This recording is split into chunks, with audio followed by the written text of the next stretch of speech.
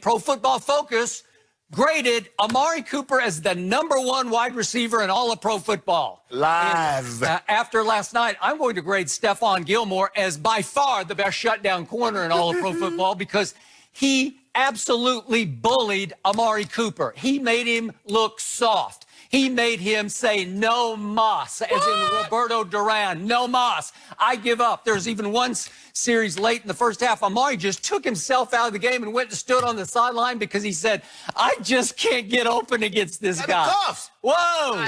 Put the cuffs on him. Hard, but he didn't just put his cuffs on him physically. He put them on him mentally, psychologically, emotionally.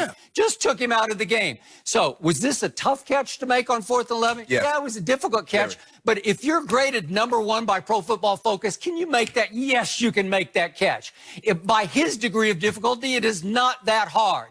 Again, ball's wet, I get all that, but at some point, you just got to make a play. If you're that guy, you make that play. Well, you should ask that of your quarterback. Your quarterback made that throw. That was a hell of a throw. Oh, so we're going to come down to one, we're going to make it come down to one throw. Well, so yeah, that would have set him up in real business. But instead, you know the rest of the story. I do. And I'm left with yet another so close, so far away game. And my team has fallen to 6-5. And I'm not going to take a moral victory over this, but I will tell you this. The team that I watched play last night would have beaten the New England Patriots on a dry night. They would have beaten Tom Brady and company on a dry night. Skip, you do know, I don't know if you remember this, but about 13 years ago, maybe 14 years, 13 years ago, the Super Bowl was played in Miami between the Indianapolis Colts and the Chicago Bears. And a funny thing happened during the entire game, Jenny. It rained. So there's a possibility that if you make it that far, there's also a possibility, guess what, Skip? You might have to go to Green Bay. What is the weather like in Green Bay in January? Well, it's not going to rain, I can tell you that. So it might snow or be cold. Good sleep. How'd you do? Snow is much easier to throw in than rain. First of all. And then what about San Francisco? Does it ever rain in Northern California? I'm not sure, Skip. I mean, you spend a little time up there. Does it rain in Southern California? It's not that often that it does, but go ahead. The fact of the matter, hold on. I want to take these things because you said Pro Football Focus said that Amari Cooper is the #1 rated receiver. Pro Football Focus also said that #1 in QBR is Dak Prescott. Well, they didn't say that. Whoa. It's not just QBR. Okay, he was. Yep. Tell the people at home what he is now. He's third. What? Barely third. Barely. I'm just trying to figure out how do you go into the game #1 and you leave #3? But that's neither here nor there. We'll get that a little later. Well, he had it's hard to throw in the wet wind. Hold on. Was Tom Brady playing on the phone booth? He's made for this. He was born to play in this. He owns these weather conditions. You know it and I know it. He's been doing this for 20 years. Thrive in this moments. You're right. When you was talking, I didn't interrupt you. I was like, go ahead. You just asked me a question. I just asked. You said, what is he in QBR? And I just told you. Okay, but I don't need you to expand upon that. It's my turn now. Okay, yards per attempt, passing yards per game, and that's what he gave me. Again, meaningless ball game, your team, your quarterback thrives, beating Washington, beating the Dolphins, beating the Giants twice. But when a team with a winning record, what's their record, Skip? 0 for whatever. Well, Skip, this is the second you time. picked him to win. I don't know. I didn't pick him. I picked New England. Whoa, time out. Yep. I'm not going to let you do semantics like you picked him to win. That's not semantics. That's a fact. Hold on.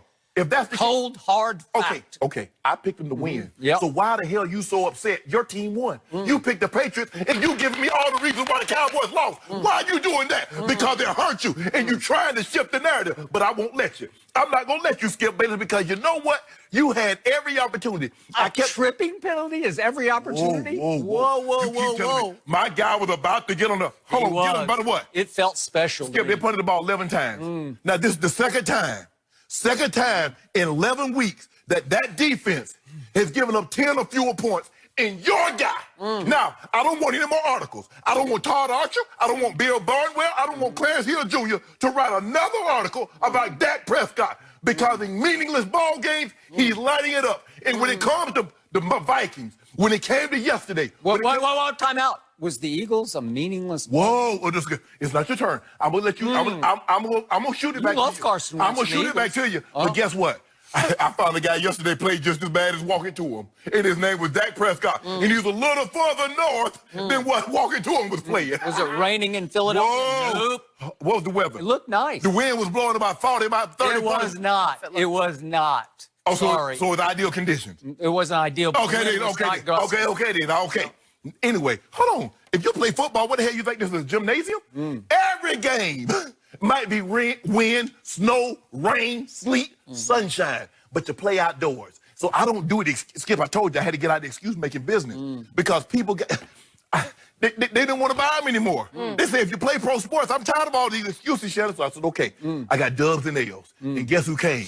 Oh, they came to see me. I told you, I had a little good old chowder. Had a little good old chowder L for Dak Prescott, Skip Bayless. So now, wait, I got to get this straight. So now your restaurant serves only losers. Right? Yeah. It's a new thing. Look, I got two areas. I got a little small little storefront. I only got like 1,500 square feet. Do you know what property costs like in this area to get a big old restaurant? So I got a little. And that's why it's moved about 4 times, right? Yeah, pop-up shop. And so, I got a patio because everybody got to have a patio you in L.A. But anyway, I had this old pop-up shop that serves chowder. Skip Bayless, at some point in time, you're going to realize everybody keeps telling you about Dak. But if Dak is what you said he is, the weather should not be an issue. I told you, this game was tailor-made for old Zeke Elliott. But y'all didn't want to do it. Oh, no, why you running, Zeke? Jerry, stop it. That's what you came out here and said last week. You remember?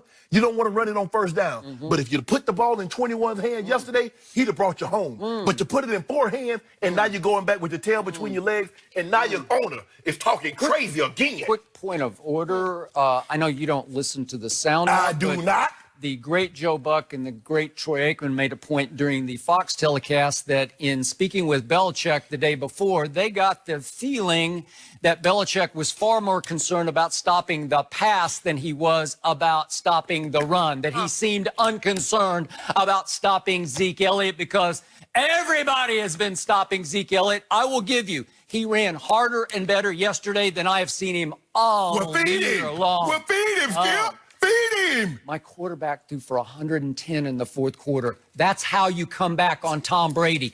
If you give Tom Brady a lead at Gillette Stadium, he's 105-1. 105-1, and he would be 106-0, except that Belichick's defense fell apart in that home opener against Alex Smith and the Kansas City Chiefs going back to 2017. They led that 17-14 at halftime and lost 42-27. Okay. This is what I'm going to promise you at the beginning of the season, and this is what I'm going to promise you the week before. Your defense would allow Tom Brady to have 190 passing yards. He will throw 1 touchdown, and we're only going to give up 13 points. Do you take it or you leave it? If you tell me that it's a driving rain all game long with 30-mile-an-hour winds, I will take it and run with it. Because speaking of the great Troy Aikman, I covered him when he played pro football. He now resides along with you in the Pro Football Hall of Fame. Wouldn't you agree with that? I would Thank agree. you.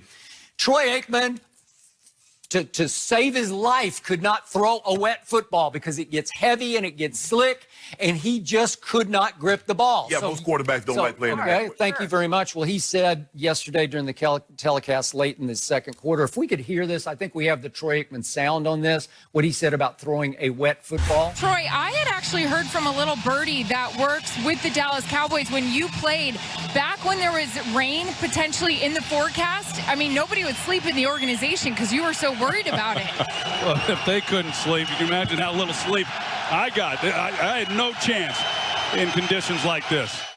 So Troy Aikman says, I had no chance in conditions like this. And you're saying, Dak Prescott, if he's that guy, he should just suck it up and play rain. Hold on. Whoa. There we go. Hold on. Boom. Hold on. Touche. Hold on, Skip. Game Hold over. on. Who wrote the article? That what Dak Prescott doing, Roger Staubach, Troy Aikman, Tony Romo, none of them can touch it. Well, those were stats. Oh, Yeah, those are stats. Now they're Thank just you stats. very much. But you harp on those stats, Skip. Okay, so I'm going to give you this.